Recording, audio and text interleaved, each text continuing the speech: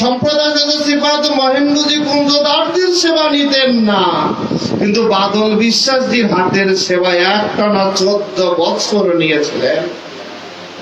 দেখুন ভালোবাসায় কি না হয়, আর প্রেম ভক্তি ভালোবাসার কত হয়। জন্য চৈতন্য ভাগবত পড়লে দেখবেন ওখানে বলা আছে, ভক্তি বিনা মুক্তি নহে ভাগবতে কয়, কলিকালের নামাভাসেই সুখে মুক্তি হয়। কথাগুলোর অর্থ অনেক গভীর, প্রত্যেকটি শব্দের অর্থ ভিন্ন। বলছি এই বাদল বিশ্বাসী দেখুন তার প্রেম ভক্তির গভীরতা কত গভীর, যে তার 14 বছর সেবা শেষে যে সুঠাম দেহ বীর ভক্ত বাদল বিশ্বাস বলা হয়। বন্ধুলীলা তরঙ্গিনী দেখবেন বারবার তাকে বীর ভক্ত বলা হচ্ছে। হনুমানের মতো যার তেজ, কাউকে পরোয়া করে না।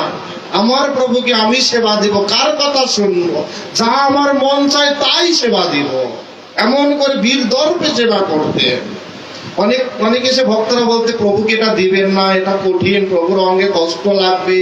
বলছে না, আমার প্রভু, আমি সেবা দিব আমার মনের মতো করে, সেবা কেন নিবে না? কি করতেন? এই বাদল বিশ্বাসী হঠাৎ করে একদিন জ্বর হলো। জ্বর হয় না? এই বাদল বিশ্বাসী 14 বছর সেবা করেছেন প্রভু, কিন্তু কোনোদিন কেউ দেখেনি যে মুহূর্ত কাল তিনি কোথাও বিশ্রাম করেছেন, কোথাও দেখেনি তিনি কোনোদিন অসুস্থ হয়েছেন, কোনো পথ্য সেবা নিয়েছেন। তো হঠাৎ করে কোন একটি বছরের চৈত্র সংক্রান্তির আগের দিন হঠাৎ করে তার প্রচন্ড জ্বর, ঘর থেকে বেরোতে পারছে না, প্রচন্ড জ্বর। যোগেন্দ্র কবিরাজ আসলো, ঢাকার অন্যান্য বিভিন্ন স্বপ্নাদিষ্ট হয়ে ডাক্তাররা এক এক করে চলে আসলো। আসলে প্রভুর সেবক তো, প্রভু সবাইকে ডেকে নিয়ে এসেছেন। বন্ধুলীলা তরঙ্গিনীর যিনি রচয়িতা, যাকে বলা হয় সেই গোপীবন্ধু ব্রহ্মচারীজি, তিনি পূর্বাশ্রমে ডাক্তার ছিলেন, তিনিও ওইবারই এসেছেন ওই স্বপ্নাদিষ্ট হয়ে প্রভুর সেবাতে।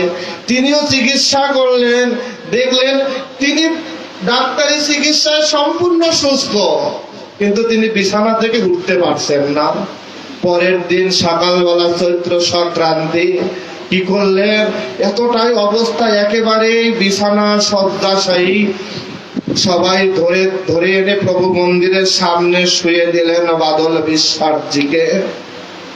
প্রভু বন্ধু সুন্দর গম্ভীরায় বের হয় না 16 বছর 8 মাস। বাদল বিশ্বাসের দেহখানা প্রভুর মন্দিরের সামনে, সবাই মিলে কীর্তন করতেছেন, মহানাম মহাকীর্তন প্রাণ ভরে। ডাক্তাররা সবাই বসে আছে, যোগেন্দ্র কবিরাজ আদি সবাই, কেউ কোনো রোগ নির্ণয় করতে পারে না, কোনো পথ্য নাই। এমন সময় কি হলো, হঠাৎ করে বাদল বিশ্বাসী যখন থেকে জ্বরে আচ্ছন্ন, সেই সময় থেকে তার চোখ বন্ধ, চোখ খুলেও না, কথাও বলে না। হঠাৎ করে দেখা গেল সে স্বাধীন ভগবান, স্বতন্ত্র স্বাধীন প্রভু বন্ধু সুন্দর দরজাখানা খুলে ভুবন মোহন রূপ ধারণ করে দাঁড়িয়ে আছেন তার সিংহ দ্বারে। যখনই প্রভু বন্ধু সুন্দর এসে তার সিংহ দ্বারে দাঁড়ালেন, বাদল বিশ্বাসজি চোখ দুটি খুলে গেল, অন্ত প্রাণ দিয়ে দুবাহু তুলে প্রভু বন্ধু সুন্দরকে অন্তিম প্রণাম নিবেদন করলো। অন্তিম প্রণামের সাথে সাথে আবার দরজা বন্ধ হলো, বাদল বিশ্বাসের দেহ থেকে প্রাণ চলে গেল। সকল ভক্তরা জয় জয় রবে ভরে গেল। হা বাদল, তোমার কত ভাগ্য, তোমায় করুণা করবে বলেই প্রভু তার সমস্ত বাধা ভেঙে তোমায় দর্শন করতে দিতে এসেছেন তোমারই সামনে। তুমি আসো নাই, তিনি এসেছেন। কারণ তোমার অন্ত প্রাণের যে নদীর মতো যে শুদ্ধ প্রেম ভক্তি ভালোবাসা, সেই ভালোবাসার টানে যে তাকে আসতেই হলো। আসলে সারাটা জীবন ভর যদি একটু অভ্যাস থাকে, প্রভুর সাথে সম্পর্ক থাকে, প্রভুর কাছে যাওয়ার দরকার নাই। প্রভু অযাচিত করুণা করে এসে কৃপা করেন। তাই তো রবীন্দ্রনাথ লিখছেন, নেমেছে ধুলার তলে হীন পতিতের ভগবান। তিনি তো পতিত পাবন দয়াল হরি, তাকে ডাকলেই পাওয়া যায়, কিন্তু ডাকার মতো ডাক তো চাই। শুধু ডাকি, ওই বিপদে পড়লে ডাকি, বিপদ কেটে গেলে আর ডাকি না। কিন্তু ডাকার মতো একটু প্রাণ ভরে ডাকলেই পাওয়া যায়। আর প্রভু বন্ধু সুন্দর দয়াল অবতার, দয়াল অবতার। কারণ অনেকেই প্রভু বন্ধু সুন্দরের তিনি ভগবান কি মহাপুরুষ কি দেবতা কি অবতার এ নিয়ে অনেক প্রশ্ন করে না? আপনাদের তো মনে হয় করে না, পয়সা গেলে মানে প্রশ্ন করে না। আসলে এগুলো অযৌক্তিক অকল্পনীয় কথাবার্তা। তিনি ভগবান হলেই বা কি আর না হলেই বা কি, আসা যায় কার? আমি যদি জগৎ বন্ধুকে ভগবান না বলে মানুষ বলে, তাতে কি জগৎ বন্ধুর কিছু আসে যায়? সারা বিশ্বে এত লোক সংখ্যা, 850 কোটি লোক সংখ্যা, তাই না? আমার সাথে আপনারা ভালো না, 850 কোটি জনসংখ্যা, সবাই কি কৃষ্ণরে ভগবান বলে না? তাতে কি কৃষ্ণ কিছু আসে যায়? সবাই কি যীশু খ্রিস্টকে ঈশ্বরের পুত্র বলে না? তাতে কি তার কিছু আসে যায়? জগৎ বন্ধুর মাত্র 150 বছর, তার মধ্যে দেশে বিদেশে যে হারে তার ভক্ত হয়েছে, তাতে মনে করি যদি এভারেজ হিসাব করা হয় পালা করে না, তাহলে মহাপ্রভুর চেয়ে অনেক গুণ বেশি ভক্ত। ওই যে মনোজদা কদিন আগে ঘুরে আছে বৃন্দাবনটা, যে বৃন্দাবনে মহাপ্রভু মানে ভগবান শ্রীকৃষ্ণ আছেন উত্তর ভারতে, তার তো মেজরিটি রাম ভক্ত, কৃষ্ণের ভক্ত নাই। কৃষ্ণ ভক্ত সব বাঙালি এই কলকাতায়, কারণ উত্তর ভারতে সব যে রাম ভক্ত, যেখানে জন্ম, যেখানে সব লীলা, আর সেখানে কৃষ্ণের কথা বলে না, বলে জয় শ্রীরাম। তাতে কি কৃষ্ণের কিছু আসে যায়? তাই আসলে জগৎ বন্ধু ভগবান কি ভগবান নয় তা নিয়ে বিতর্কের কোনো দরকার নাই। মনে রাখতে হবে তার ক্রিয়াকর্মাদি আসলে আমাদের জন্য কি করে গেছেন, আমাদের জন্য কি করে গেছেন। যদি সুরত কুমারীর মতো পতিতা নারীর হাতে প্রভু সেবা নিতে পারেন, আমি কি সুরত কুমারীর চেয়েও কি পতিতা? আমি কি সুরত কুমারীর চেয়েও বেশি বড় পতিতা? তাহলে আমার সেবা কেন তিনি নিবেন না? কি অধিকার খাটাতে পারে না? যে হরিদাস মোহনদাদি যারা শুকর, কাঁচা শুকর চাবিয়ে খেতেন, ভদ্র সমাজে যাদের অবস্থান ছিল না, প্রভু তাদের মহন্ত করলেন, আমি কি তাদের চেয়েও পতিত? তাহলে আমার সেবা কেন তিনি নিবেন না? তাদের যদি রক্ষা করতে পারেন, উদ্ধার করতে পারেন, তাহলে আমাদের বিশ্বাস হওয়া উচিত আমাদেরও তিনি অন্তিমে কৃপা করবেনই। এই বিশ্বাস বোধ যদি না থাকে, যতই জগৎ বন্ধু করে কপাল টুকি না কেন, কোনো লাভ হইত না। এই জন্য প্রভু বন্ধু সুন্দর বলছে গুরু অভিপ্রেত কার্যকেই গুরু দীক্ষা বলে। ভগবতী আলোচনা বেশি দীর্ঘায়িত করবো না, কিন্তু কয়েকটা কঠিন কথা বলি, বলতাম, আবার রাগ করবেন না। কারণ আমি কিন্তু পাঠ করতে আসি না, পাঠ হবো না। পাঠ হলেন আমার গুরুদেব, আমি হলো তার সেলা পিছিয়ে পিছিয়ে মাঝে মধ্যে চলে, সব সময় হলো না। এ হলো ওই সম্পদটা জোর করে ধরে বসাই দিয়েছে, তাই বসছে, আমার কোনো দোষ নেই, গুরুও জানে না। ঠিক আছে, দোষ ভাই আমার না। ঠিক আছে, মানে দেখুন পাঠক হলো তার, আমি আসছি এমনি আপনাদের সাথে দেখা সাক্ষাৎ করতে। আর আপনারা সবাই কম বেশি জানেন, সামনে প্রভু বন্ধু সুন্দরের 154তম আবির্ভাব উৎসব। আবির্ভাব উৎসবের নিমন্ত্রণ দিতে আপনারা সবাই জানেন, তো কোনো নিমন্ত্রণ দেওয়া লাগে না। ঠিক আছে, যতই বিয়ের ঘটঘটা বাজুক না কেন, যতই কেনাকাটা হোক না কেন বাজারে, তবু একটা কার্ড না দিলে মনে হয় যে না, নিমন্ত্রণটা তো বাড়ি এসে বলে না, কি বলে না, তখন দোষ ধরা পার্টি বেশি না। কি দেখবেন বিয়ে বাড়ির দোষ কি বাইরের মানুষ ধরে না ঘরের মানুষ ধরে? আমাদের তো নিজে এসব বলে না। ঠিক আছে, বললে তাহলে বেশি তাড়াতাড়ি যাই। তাহলে এই জন্য বাড়ি বাড়ি নিমন্ত্রণ দিতে যাইছি ভাই, এছাড়া কিছু ভাই এ পাঠদান করে তো কোনো লাভ নাই। প্রভু বন্ধু সুন্দর আবির্ভাব উৎসব সামনেই, 3রা জ্যৈষ্ঠ থেকে 9 দিন ব্যাপী শ্রীরাম শ্রীঅঙ্গনে, 16 মে থেকে 24 মে। আপনারা সবাই সবান্ধবে যে যেখানে আছেন নিজেও যাবেন, আবার আপনারাই প্রভু বন্ধু সুন্দরের প্রতিনিধি হয়ে সবাইকে নিমন্ত্রণ দিয়ে সবাই সাথে করে নিয়ে যাবে। কঠিন কথা বলার আগে প্রেমের কথা শেষ করি। সেটা হলো দেখেন 10 নামী সম্প্রদায়, মহানাম সম্প্রদায়ের নয়, 10 নামী সম্প্রদায়। আরে বাবা আগাই আসেন না, অনেক লোকরা আসতেছে তো বসতে সুযোগ দেন। আমরাই তো আজকের অনেক গরম নাই, ঠান্ডা আছে তো, তাই না? এই জন্য কষ্ট হবে না, ঘামবে না।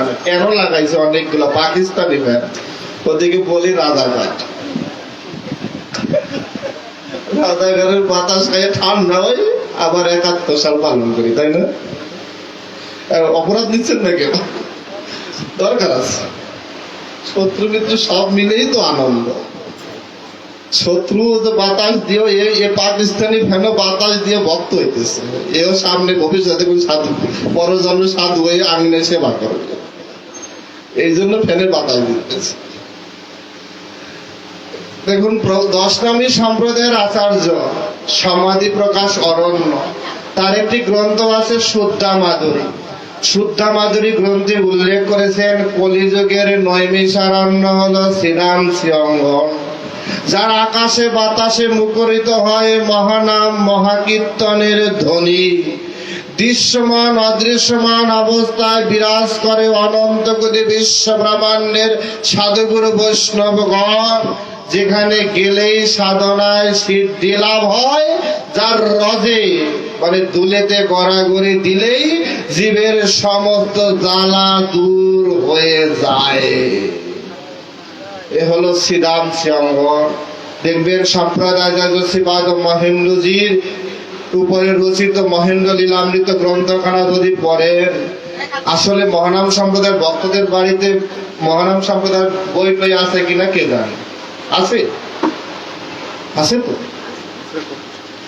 মহানামজি শেষ জীবনে একটা দুঃখ করে একটা কথা বলছে, বলছে আমার লেখা বই পড়ে অন্যান্য সম্প্রদায়ের লোকরা বড় বড় পাঠক হয়, কিন্তু দুর্ভাগ্যবশত আমার সম্প্রদায়ের শিষ্য ভক্তরা আমার লেখা বই পড়েও না, বুঝেও না। আমি গ্যারান্টি দিয়ে বলতে পারি, আপনারা দৃষ্টতা নেবেন না, বাদকপুরে ইষ্ট গোষ্ঠী হয় ঘন্টায় ঘন্টায়, কিন্তু খুঁজা দেখবেন কয় বাড়িতে কয়খানা মহানাম সম্প্রদায়ের বই আছে। পড়া তো দূরের কথা, ওই সব গণহারের হিন্দুর মতো সবাই যদি 2-1খানা চন্দ্রপত্র থাকে, ওই তুলসী পাতা দেয়, ওর মধ্যে কি আছে তা বুঝেন না। ওই মনোজবাবু কি পড়ে, কি কথা পড়ে, ও নিবুঝে আর ওনার কাজ উনি করে, আমার দরকারি না, ওই সময় কেউ নাই আছে। ওই যে মনোজবাবু যখন করছে চন্দ্রপাত পাঠ করছে, ছিলাম আমরা, ওনার কাজ উনি করছে, আমার কি ওর মধ্যে সরে কথা পড়ে আছে না? চন্দ্রপাত এর মধ্যে আছে কি না, এর অর্থ কোনদিন বোঝারও চেষ্টা করি তবে কি আছে। এই হলো আমাদের মহানাম সম্প্রদায়ের ভক্তদের দুর্ভাগ্য বা সৌভাগ্য, তা জানে না। এই জন্য আসলে কিছু গ্রন্থ থাকারও দরকার। অনেক কথা বলতে মন চায়, কিন্তু আসলে আবার সময়ে চলে যায়, কি করব, তাই না? কি করছে দেখুন, মহানন্দ ব্রহ্মচারী মহারাজ আছেন কলকাতা রঘুনাথপুরে, শিষ্য ভক্ত এসে বলছে, প্রণাম করে বলছে, বাবা আমি আপনার শিষ্য। বলছে কি বলছো, আবার বলো। বলছে আমি আপনার শিষ্য, একটা জায়গার নাম বলছে, সেই জায়গা থেকে আসছি। বলছে তুমি আমার শিষ্য? কেমন শিষ্য? বলছে কেন আপনার মনে নেই আপনি আমায় দীক্ষা দিয়েছিলেন? বলছে তুমি আমার লেখা বই পড়ছিলা? কোন কোন বই পড়ছো নাম বলো তো। তখন চুপ হয়ে গেছে। আর এক শিষ্য পাশ থেকে বলতেছে 2-1খানা নাম বলছে তুমি কি আমার উদ্যম সন্দেশ পড়ছিলা? বলছে না। বলছে তাহলে তুমি আমার শিষ্য হইতে পারো না, বাড়ি যাও আবার বইটাই পড়ো, তারপরে আইসো, তারপরে বললো যে তুমি আমার শিষ্য। এ হলো আমাদের সৌভাগ্য যে আমরা শুধু দীক্ষাই নেই। অনেকে আছে দেখবেন গুরুদেবের নামটাও ঠিক মতো বলতে পারে না, জিজ্ঞেস করলে বলে জগৎ বন্ধুর কাছ থেকে নিচ্ছে। কি মাধবপুরে আছে নাকি? বলে দীক্ষা দিচ্ছেন নাকি? গুরুদেব জগৎ বন্ধুর কাছ থেকে নিচ্ছে। বলে ওই আঙিনার গোসাই আইছিল, তার কাছ থেকে দিছিলাম, ওই কালীবাড়ি বসে দিছিল, বা ওই শঙ্কর ডাক্তারের বাসায় বসে দিছিল, গেছিলাম, উনিও গেছে, পাশের বাড়ি দিদি গেছে, দাদা গেছে, তাই গেছি। কি দিছে না কি করেছে কে জানে, এই সময় আছে নাকি বলা। কাগজখানা দেখবেন 2 দিন পরে নাই, হয়ে গেছে। কে আছে না কাগজখানা? কই কই কই জানি রাখছিলাম, মনে নাই, আছে কিনা? এ হলো শিষ্য ভক্তের লক্ষ্য। আবার শেষ দিন শেষে বলে, ভগবান তুমি ছাড়াই আমার আর কেহ নাই। এটা ভগবান জগৎ বন্ধুর বেলায় কাটে। যদি বন্ধু কিশোরের বেলায় এরকম যে বলতো, তাহলে কানে ধরে জিজ্ঞেস করতো, ভালো খাওয়ার সময় কইছিলাম। এই শীতের সময় যতবার লেবুর শরবত খেলে একবার তো আমার মনে পড়লো না। একবার ভগবানকে তুলসী পাতা দিয়ে নিবেদন করে খাইছিলাম লেবুর শরবত, তখন আর মনে পড়ে না। তখন তার বেলায় বাতাসা আর নকুল দানা খাওয়াইয়া খাওয়াইয়া ডায়াবেটিস বানাইছি, হয়েছে না? ভগবানের ডায়াবেটিস হয়েছে কিনা? এই কথাগুলো এর আগে একবার পাঠে বলছিলাম এই গোপাল মন্দিরে। ডায়াবেটিস, ভগবানের ডায়াবেটিস বানাইছে। ভগবান কাছে খাওয়া চিনি বুঝবি নি, ঠেলার নাম বাবাজি। ভগবানের চিনি খাওয়াইতে খাওয়াইতে ডায়াবেটিস বানাইছে। ভগবানকে এমন কোন জায়গা নাই যে জায়গায় ইনসুলিন মারা লাগবে না। ডায়াবেটিস খাওয়াইছে চিনি ভগবান রে, আর ডায়াবেটিসের জন্য দৌড়াই কে? ভগবান না আমি। ইনসুলিন এমন কোন জায়গায় নেই যে জায়গায় ভগবান মারে না আমি মারি। এই জন্য হিসাব করা দরকার। ভগবানের সাথে চালাকি করে টেকা যায় না। আমি যে কথাগুলো একটু বলে শেষ করতে চাচ্ছিলাম সেটি হলো, শুনুন, সবাই মিলে না ভাগবত পাঠ হয়, পাঠ করি, পাঠ শুনি, কীর্তন হয়, অনেক কিছু হয়, সংঘানুষ্ঠান, ইষ্টগোষ্ঠী, আনন্দ, সনাতনীয়দের অনেক অনুষ্ঠান হয়। কিন্তু দুর্ভাগ্য কি জানেন, যাদের জন্য করা দরকার না তারা না কেউ অনুষ্ঠানে অ্যাটেন্ড করে না। কারণ এই বুড়া মানুষরা সবাই এসে কাঁদে, গড়াগড়ি দেয়, হরি হরি বল বলে, 2 দিন পরে মরে যাবে, ঘর বাড়ি শান্তি নাই, তাই এসে কাঁদা কান্নাকাটি করে, এটারে ভালো লাগে, তাই না? আর কিন্তু যাদের দরকার সেই ইয়ং জেনারেশন কোথায়? তাদেরকে আমরা আনতে পারছি হরিনামের কীর্তন স্থলে, ইষ্টগোষ্ঠী অনুষ্ঠানে? তাদেরকে আনার প্রয়োজন মনে করি না, প্রয়োজন মনে করি না। দুর্ভাগ্য। প্রভু বন্ধু সুন্দর সম্পর্কে এতদিনের ইষ্টগোষ্ঠী হয় মাধবপুরে। আমি আপনাদের দোষের কথা বলছি না, আমি কিন্তু দোষ বলছি না, অপরাধ নিয়েন না। যদি প্রভুর উপরে জিজ্ঞেস করা হয় যে প্রভু জগৎ বন্ধু সুন্দর ভগবান কোন শাস্ত্রের কোথায় বলা আছে, আপনি কি নিজে একটা ধরে এনে বলাইলেন নাকি? তাহলে আর বলতে পারে না। বন্ধুলীলা তরঙ্গিনী পাঠ হয়, আমি জানি না ইষ্টগোষ্ঠীতে আপনারা কি করেন কিনা।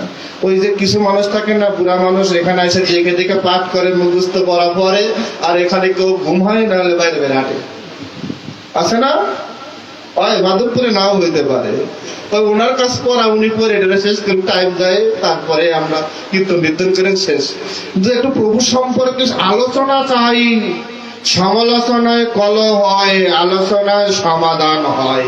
তাই আলোচনা চাই প্রভু বন্ধু সুন্দরের লীলার বিভিন্ন দিক সম্পর্কে, পরম গুরুদেব মহানামৃত ব্রহ্মচারী মহারাজের বিভিন্ন দিক সম্পর্কে। তাহলে না আমাদের জ্ঞানের পরিসীমা বৃদ্ধি পেতে পারে, আমরা মানুষের কাছে বার্তা পৌঁছে দিতে পারি, পারি না? প্রভু জগৎবন্ধু সুন্দর কেন আসলেন, কি কাজ করলেন যে প্রভুকে আমরা ভগবানের আসনে বসাই? এই যে প্রভু জগৎবন্ধু সুন্দরকে চরণে তুলসী দিলেন কোন যুক্তিতে? গুরুদেব শিখাই দিছে, ওই জন্য দিচ্ছেন। তাও দেখবেন অনেক শিষ্য বক্তব্যের, আপনাদের মাধবপুরে হয় কিনা জানি না, দেখবেন গুরুদেব দীক্ষার সময় বলে দিচ্ছে যে প্রভুর চরণে 2খানা তুলসী দিবে। এর পরের দিনে দেখবো যে পাশের বাড়ি দিদি বলছে এই জগৎবন্ধু চরণে না মাথায় দেয়, ওখানে পরের দিনে মাথায় দেওয়া শুরু করে দিচ্ছে।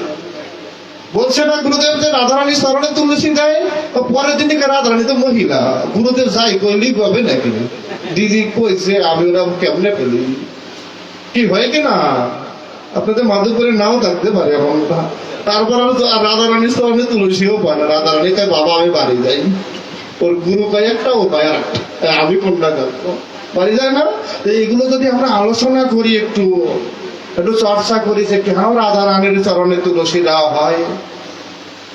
কারণ গুরুদেব দীক্ষা দিয়ে চলে গেলেন, আবার কবে পাবো কি পাবো না, ঠিক আছে, তার সাথে একান্ত সময় নাও তো দিতে পারে। এই আসলো কয়েকদিন আগে গণহারে সবাই মিলে গেলেন, কয়টা গুরুদেবের সাথে ইষ্টের কথা হলো, তার সাথে তত বেশি সমালোচনার কথা বলো না। এই কে খাইছো, কে গেছো, কার রোগ, কার শোক, কার জরা বেদি, বাবা আশীর্বাদ করো আমার মাজা ব্যথা যেন সারে, কি বলি না? গুরুদেব আমার মাথা ব্যথা যেন সারে। গুরুদেব মনে হয় যেন মাথা ব্যথা সারার ওষুধ নিয়ে বুঝে, মনে হয় যেন ট্যাবলেট ওলা, নাহলে মলম ওরা। এরকম মনে হয় না গুরুদেব তার কাছে যাই মাথা ব্যথা জানাই। একবারও জিজ্ঞেস করলাম না যে গুরুদেব আমার কিভাবে আধ্যাত্মিক জগতের উন্নতি হবে, কিভাবে আমার আধ্যাত্মিক জগতে উন্নতি হবে। আমি কত সুন্দর করে দেখুন শ্রীমন মহাপ্রভু শিবাসঙ্গনের বিষ্ণু খট্টায় বসে মুই কৃষ্ণ মুই রাম মুই নারায়ণ যার যা চাই চাও। মহাপ্রভুকে সবাই চাইলেন, অকাতরে বিলাইলেন। এক ভক্ত শ্রেষ্ঠ এসে বললেন মহাপ্রভু আমি কবে উদ্ধার পাবো? বলছে একালে নয় বহু জন্ম পরে। ভক্ত আনন্দে নাচতে লাগলেন ধেই ধেই করে। বলছে তুমি নাচো কেন? বলছে মহাপ্রভু তুমি তো বললে উদ্ধার হবে। বলছে আজ না হলো বহু জন্ম পরে হবে, উদ্ধার তো হবো আমি। তুমি যখন বলছো এই যে বলছো তাতেই আমি আনন্দে নাচি। বলছে আয় তোরে এখনই আমি উদ্ধার করে দিই। ভগবান কি না পারে, আর গুরু তো ভগবানের প্রতিনিধি। বলছে বিলাস মূর্তি হলেন গুরু। গুরুকে যদি মনুষ্য জ্ঞান করি তার মতো পাপী আর জগতে হতে পারে না, সে যে গুরুই হোক না কেন। পরম গুরুদেব মহারামজির শিক্ষা যে আমার গুরু তোমার গুরু এর গুরু এর গুরু যদি ভেদ করো তাহলে নিজের গুরুকেই অপমান করা হয়। কারণ ভাগবতের মূল বীজ মন্ত্রের শিক্ষা হলো ইষ্টের প্রতি গভীর নিষ্ঠা আর অপরের প্রতি শ্রদ্ধা। আমরা সবাই কি হয়েছে সাম্প্রদায়িক হয়ে যে জগৎ বন্ধুর দল জগৎ বন্ধু করবে, অনুকূলের দল অনুকূল করবে, ইস্কন হরে কৃষ্ণ করবে, আর বাদ বাকি সব মিথ্যা। এতে করে নিজেরটাকেই অপমান করা হয়। এসব বিষয়ে সাবধান হওয়া চাই। এই জন্য এত হরিনাম করি, এত অনুষ্ঠান করি, কিন্তু প্রেম আসে না। কারণ প্রেম আসতে বলছে সরল করিয়া মনটাকে একটু সরল তো করা চাই। এজন্য মহাবলসিত দর্পণ মারদানাম ভব মহাদাভাগ্নি নির্বাপনম শ্রীকৈরব চণ্ডিকা বিতরণম আনন্দম গদিবরদানাম।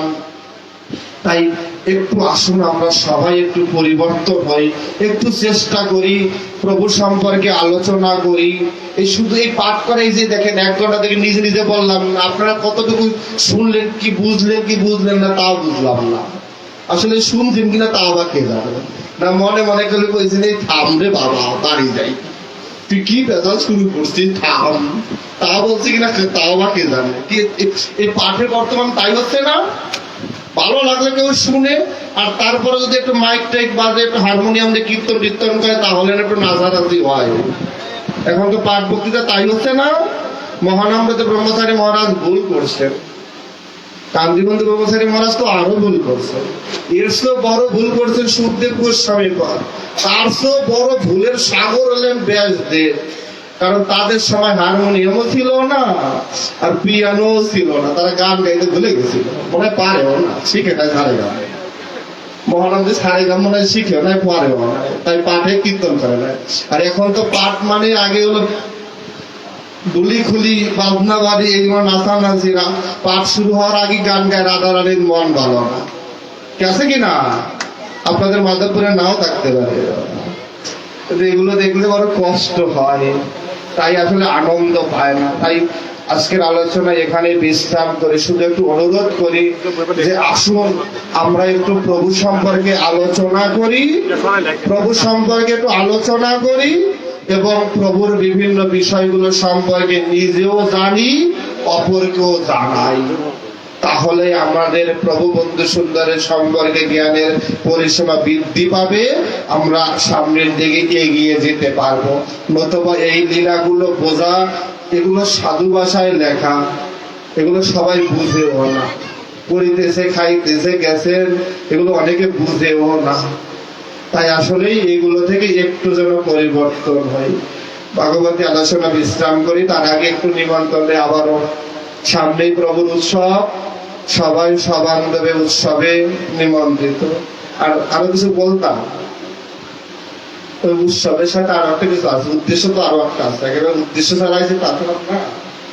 উদ্দেশ্যটা হলো বলবো আচ্ছা, ওই অনুমতি দিছে ভাই, আমার কোনো দোষ নাই। যেটা হলো যে উৎসবগুলোকে প্রতি বছর প্রণামী সংগ্রহ করা হয়, কারণ ভক্তদের সেবার দ্বারাই প্রভুর উৎসব, এত বড় একটি উৎসবটাকে সুচারুভাবে সুসম্পন্ন করা হয়। কারণ প্রত্যেকটি জিনিসই সেবা, শুধু অর্থ দিয়ে সেবা করলেই সেবা নয়। যদি মনে করি যে ভগবানের চরণে তুলসী দেই সেই মনে হয় সেবক, সেটাই মনে হয় সেবা না। যদি ভোগ দেই, অন্ন ব্যঞ্জনা দিই, তাহলেই মনে হয় সেবা, আর বাকিগুলো সেবা নয় তা নয়। প্রভু বন্ধু সুন্দরের শ্রীঅঙ্গনে গেলেও সেবা। যদি কেউ 1 টাকা প্রণামী নাও দেয়, যদি শুধু প্রভুর ধামে যায়, প্রভুর ভক্তের সাথে কথা বলে, তবেও সেটিও সেবা। সৈনিকের মা অপেক্ষা করে, সৈনিক যখন ঢাকায় থাকে অপেক্ষা করে, যখন বলে মা আমি আসতেছি, তখন কি করে? খালি ঘর আর বাইরে করে, এই বুঝি আসলো। বারবার ফোন করে, বাবা কত দূর, গাড়ি এখন কোথায় আছে, আর কত সময় লাগবে, বলে না। একদিকে রান্না করে আর একদিকে কি করে, কখন আসবে। আসলে পরে আর নিজের খাওয়া দাওয়া ঘুম থাকে, আগে তারে খাওয়ায়, তারে বিশ্রাম করে, তারপরে থাকলে খায়, না থাকলে না খায়। প্রভু বন্ধু সুন্দর তত্র যখন 9 দিনের উৎসব হয়, তখন আর নিজের খাওয়া দাওয়া পড়ার ঘুমের কোনো টেনশন থাকে না। তবে ওগুলো না হলেও হবে, সারা বছর তো ঘুমাই না, কিন্তু ওই কয়েকদিন সে সবার মাঝে একাকার হয়ে যায়। এত বড় একটি উৎসব, কোথাও কষ্ট নাই, দুঃখ নাই, আনন্দ আর আনন্দ, তাই নয় কি? প্রসাদের অভাব আছে, থাকার জায়গা। এখন যদি আমি মনে করি যে আমার জন্য রুম ভাড়া করতে যাই, আগেই দেখো প্রসঙ্গক্রমে বলি, এই কথা তো সবসময় বলা হয় না, পার তো প্রতিদিনই হয়। দেখুন অনেকেই আছে কি জানেন, ধামে যাওয়ার আগেই হিসাব করে, দাদা ফোন করে, বন্ধু কিশোর দা রুম পাবো তো, কি বলি না যে রুম পাবো তো। হ্যাঁ, যদি শ্রীঅঙ্গরে না হয় তাহলে একটা হোটেলে রুম ঠিক করে দিয়ে। সে তো রিসোর্টে ঘুরতে যায়, ধামে যায় না। এই শ্রেণীর লোকরা ধাম দর্শনে যায় না, এরা রিসোর্টে ঘুরতে যায়, পর্যটন কেন্দ্রে ঘুরতে যায়, মানুষের সাথে দেখা করতে যায়, ভগবান দর্শনে যায় না। কারণ নিজের সুখের জন্য যদি, এই জন্য চৈতন্য ভাগবত বলছে আত্মেন্দ্রিয় প্রীতিবাঞ্ছা তারে বলি কাম, কৃষ্ণেন্দ্রিয় প্রীতিবাঞ্ছা ধরে প্রেম নাম। আমি ধামে গেলাম, আমার দ্বারা ধামের কি সেবা হলো? আর যদি প্রত্যাশা করি আমি ধামে গেলাম, বন্ধু কিশোরদা আমার পুষ্পায়নে ঘুমে খাওয়াবেন, সুদর্শনদা আমার একটু পায়েস পরমাণু ভোগ আইনা খাওয়াবেন, এই যদি চিন্তা করি, তার ওই ভোগ দুর্ভোগ হয়ে যায়। কারণ মনের মধ্যে শুধু থাকে খাবো খাবো, খাই খাই খাই খাই, থাকে কি না? কি কথাগুলো কি খুব কষ্ট লাগতেছে না? খারাপ কথা বলতেছি না, কিন্তু শাস্ত্রীগুলো বলছে আগে চাই দেখবে প্রত্যেকটি অনুপরমাণুর মধ্যে প্রভুর কৃপা। কত সবাই মিলে আনন্দ করতেছে, সেবা দিতেছে, ধনী গরিব নাই, সবাই সেবা দিতেছে, কেউ ধার দিতেছে, কেউ পুষ্পান্ন সেবা দিতেছে, কেউ জল সেবা দিতেছে, দিতেছে না? আমি শুধু গেলাম, অতিথির মতো খাইলাম আর ঘুমাইলাম, রুম পাইলাম, আর একটু পরে বাস বেড়ে বাড়ি চলে আসলাম। সেবা কি প্রভুর কিছু দিলাম? আমি না হলে প্রভুর মন্দিরে গিয়ে প্রভুর চরণে তুলসীটা না দিলাম, বাড়ি বসে তুলসী দেয় না, আর মন্দিরে যেটা ধুতিটা পরে আরতির সময় ভিড় বাড়ায়, কি বাড়ায় কিনা?